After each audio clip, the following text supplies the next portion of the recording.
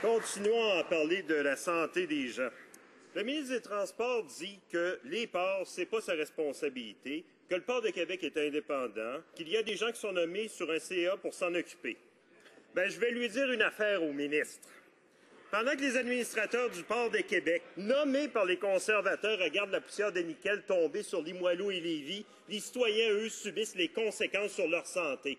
Puis en passant, est-ce que le député de Lévis-Bellechasse se fout, lui aussi, comme le ministre, de voir les citoyens respirer des concentrations trop élevées de nickel? Bravo!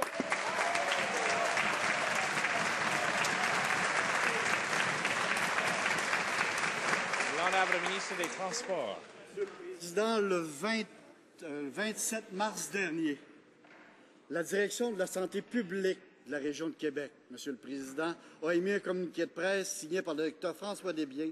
C'est d'abord à préciser qu'il n'y a pas de risque nécessitant une intervention immédiate de la santé publique. Monsieur le Président, il faut se comprendre, là. Monsieur fait des interprétations, veut tout juger. C'est le port de Québec qui doit gérer le port de Québec. Il y a un conseil d'administration en place. Et dès hier, Monsieur le Président, dès hier, le port de Québec a réagi. Bien que le port de Québec poursuive ses vérifications, nous prenons dès maintenant l'engagement auprès de la population et de tous les acteurs concernés de s'assurer que le locataire en question, c'est un locataire, va mettre en place les mesures nécessaires. C'est déjà fait.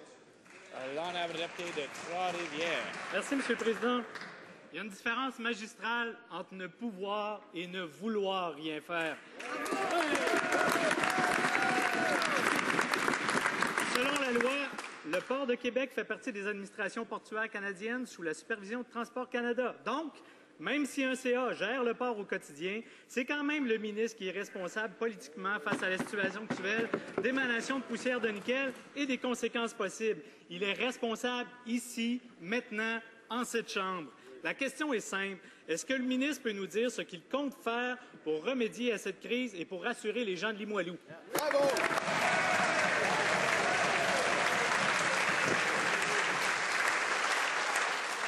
L'honorable ministre des Transports. Président, bien sûr que nous sommes entrés en contact à plusieurs reprises avec l'administration du port de Québec, mais contrairement au NPD, Monsieur le Président, nous n'irons pas gérer le quotidien de gens qui sont mis en place pour faire le travail. Eux voudraient tout gérer d'Ottawa, on le sait, Monsieur le Président, tout centraliser. Nous respectons les conseils d'administration mis en place, on s'assure que tout soit fait, et comme je l'ai dit dès hier, Monsieur le Président, et même plus que ça, depuis le mois de novembre, le port de Québec contribue à l'avancement de ce dossier, et on espère que tout va se régler rapidement pour la population, Monsieur le Président.